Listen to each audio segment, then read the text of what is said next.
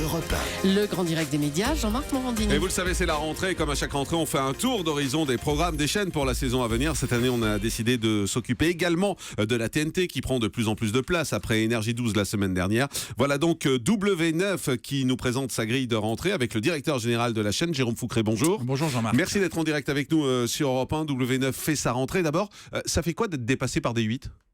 Ouf. On n'est pas dépassé par D8 sur les derniers mois, on n'est pas dépassé par D8 tout le temps. Vous savez que W9 c'est la première chaîne TNT et de loin en prime, tous les soirs. Donc, et assez nettement devant D8, TMC et toutes les autres chaînes. Donc on a un bilan qui est très satisfaisant et on a beaucoup d'armes pour faire encore mieux cette année. Mais vous étiez bien tranquille avant que D8 n'arrive, non ? Ah bah D8, c'était vous et TMC, oui, vous battiez la place de premier. Là, D8 a tout changé. On a des concurrents qui sont bons, on a des concurrents qui ont de bonnes idées, mais Et qui ont de l'argent ? Mais vous savez, qui ont plus d'argent que vous ? Ce qui est important, on a un objectif qui est très important, c'est être numéro 1 en soirée, c'est le cas. On a un objectif, c'est être numéro 1 dans les grands genres, ce qui est le cas dans le cinéma, les séries, les magazines et le sport. Et je pense que ce sera encore le cas en 2015-2016. Voilà, D8 a plus d'argent que vous ?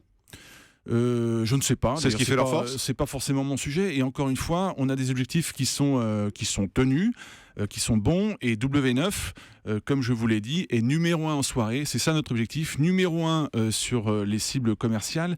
Et W9, écoutez-moi bien Jean-Marc, sera probablement l'une des seules chaînes en 2015 à progresser en 4+, et sur la cible commerciale. Donc W9 est dans une très bonne situation. W9 qui est battu en access, en revanche, par le rouleau compresseur Cyril Hanouna.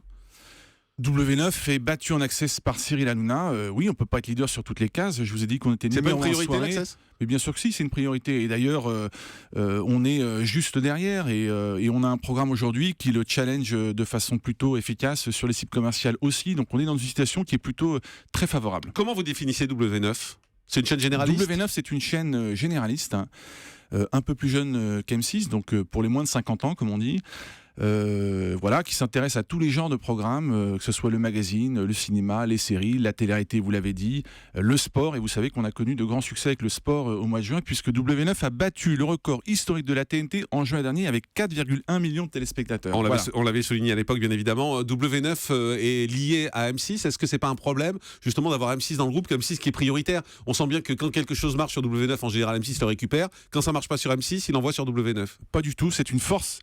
C'est une force énorme qui nous donne accès à des programmes formidables. C'est une force énorme qui nous donne accès à des films, à des séries, à des contenus en termes de magazines qui sont très puissants. On travaille avec les animateurs d'M6 parce qu'on assume le fait de faire des propositions à ces animateurs et je pense qu'ils sont très heureux d'être aussi sur W9 pour la plupart d'entre eux. Quelle est votre fierté depuis que vous êtes à W9 ? Vous êtes fier d'avoir mis quoi à l'antenne ? Il y a beaucoup de choses. D'abord, je suis très heureux d'être dans cette chaîne. Je suis heureux qu'elle continue à progresser. Je suis très heureux de la réussite qu'il y a eu de la Coupe du Monde. Je pense qu'on a été bon pour faire la promotion de cette Coupe du Monde. Et puis, je suis très heureux surtout de la saison qui arrive parce qu'il y a beaucoup de nouveaux programmes qui déboulent sur la chaîne et qui vont faire que la chaîne va continuer à progresser. Alors, on va voir Hypnose, par exemple. Hypnose, le grand jeu. Oui, c'est un jeu qui arrive en octobre. Donc ça, ce sont des prime time. C'est un jeu assez drôle, assez délirant. Présenté par Stéphane Rothenberg. Présenté par Stéphane Rothenberg, absolument. C'est un format qui a cartonné sur ITV en Angleterre, qui a cartonné d'ailleurs hier soir sur RTL4 en Hollande. Donc c'est un format fort, puissant et qui doit nous faire prendre le leadership aussi en matière de divertissement. Voilà, c'est important. Dans les autres gros projets en prime, qu'est-ce que vous pouvez nous annoncer ?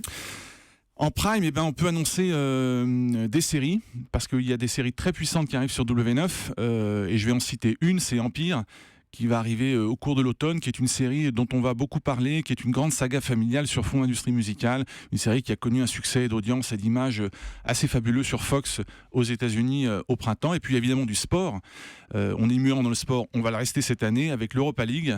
On a un line-up, une programmation en termes de clubs assez dingue cette année. On a Monaco, Marseille, Saint-Etienne et les Girondins qui sont évidemment chers au groupe M6 qui vont disputer la compétition en 2015-2016. On va voir également que s'est-il vraiment passé. Il y avait eu un premier numéro sur la disparition du vol de la Malaysia Airlines qui avait été un beau carton, 900 000 téléspectateurs. Vous allez continuer à développer cette marque ? Oui, on va en faire 2 par an. Et je peux vous dire que la prochaine histoire auquel on va s'intéresser, c'est le Concordia. On va programmer ça au cours de l'automne. Vous allez également continuer à diffuser Incroyable Championnat. Bon, le premier numéro, ça n'a pas été un énorme succès. Ça a été un succès sur les cibles commerciales. Et on va continuer sur la thématique des pizzas, des chats. Il faut reconnaître sur des fois quand ça marche pas des masses. Non, mais c'était au cours de l'été. C'était sur les Bocuse d'Or. On a fait 600 000. 438 000. 438 000, voilà. Bon, vous êtes plus précis que moi. Avec une bonne performance sur la cible commerciale. Donc, on va continuer à tester de nouveaux territoires, de nouvelles marques. C'est important de continuer à diversifier le programme. Il y a l'incroyable histoire de la télé-réalité. On a vu le premier numéro hier. Non, c'était sur une autre chaîne. Ah oui, c'était sur. Oui, c'est ça, je les confonds. Ça n'a pas marché d'ailleurs. Comme quoi, c'est la même chose. Non, pas du tout. Et vous allez voir que le numéro qu'on va diffuser bientôt, le 22 septembre, est assez exceptionnel avec une interview de Loana assez incroyable. D'accord, comme hier, quoi. Pas du tout.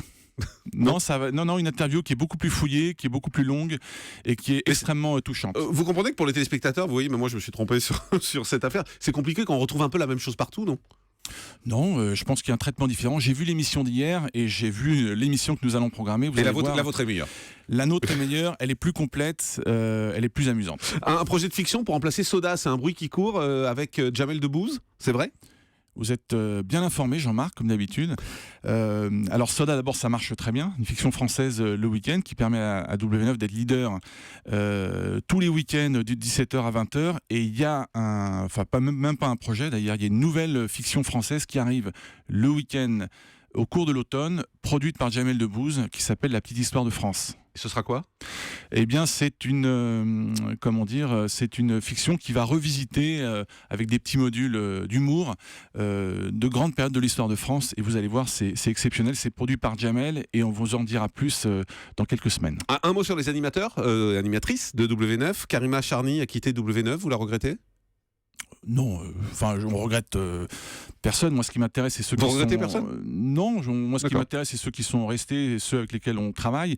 Je pense à Faustine, je pense à Louise Éclan, je pense à Nathalie Renou qui présente Enquête criminelle qui a cartonné hier soir. Je pense à Karine Galli qui va animer une version toute nouvelle de 100% foot après les matchs d'Europa League. Grand talent que nous accueillons dans la maison. Donc voilà, il y a une très belle équipe avec des gens qui ont beaucoup de talent.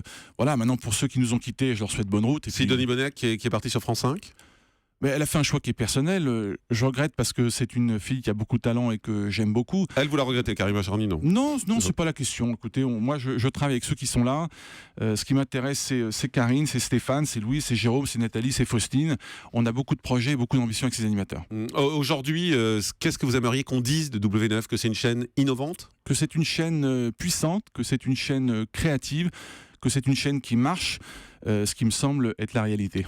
Il y a les Ch'tis, les Marseillais également sur W9, c'est deux programmes forts, deux programmes de télé-réalité, même si on a le sentiment que là c'est un peu plus faible quand même. Oui, il n'y a pas que cela d'ailleurs, il y a les Marseillais, les Ch'tis, vous l'avez dit, il y a les Princes de l'amour aussi qui arrivent après les Marseillais, dans une écriture un peu nouvelle qui met l'accent sur l'humour, sur l'aventure, et si j'en crois nos scores et les performances qui sont très élevées, je pense que la télé-réalité a encore de belles heures sur W9 à vivre. Ça veut dire que la télé-réalité, ça va rester un axe de développement pour la chaîne ? Ça va rester quelque chose de très puissant. Vous savez que W9 aujourd'hui est première chaîne sur les 15-25 ans tous les soirs de 19h à 20h grâce à ce programme. Restez avec nous dans un instant. Première chaîne de France. Faites le terre avec Willy Rovelli. À tout de suite.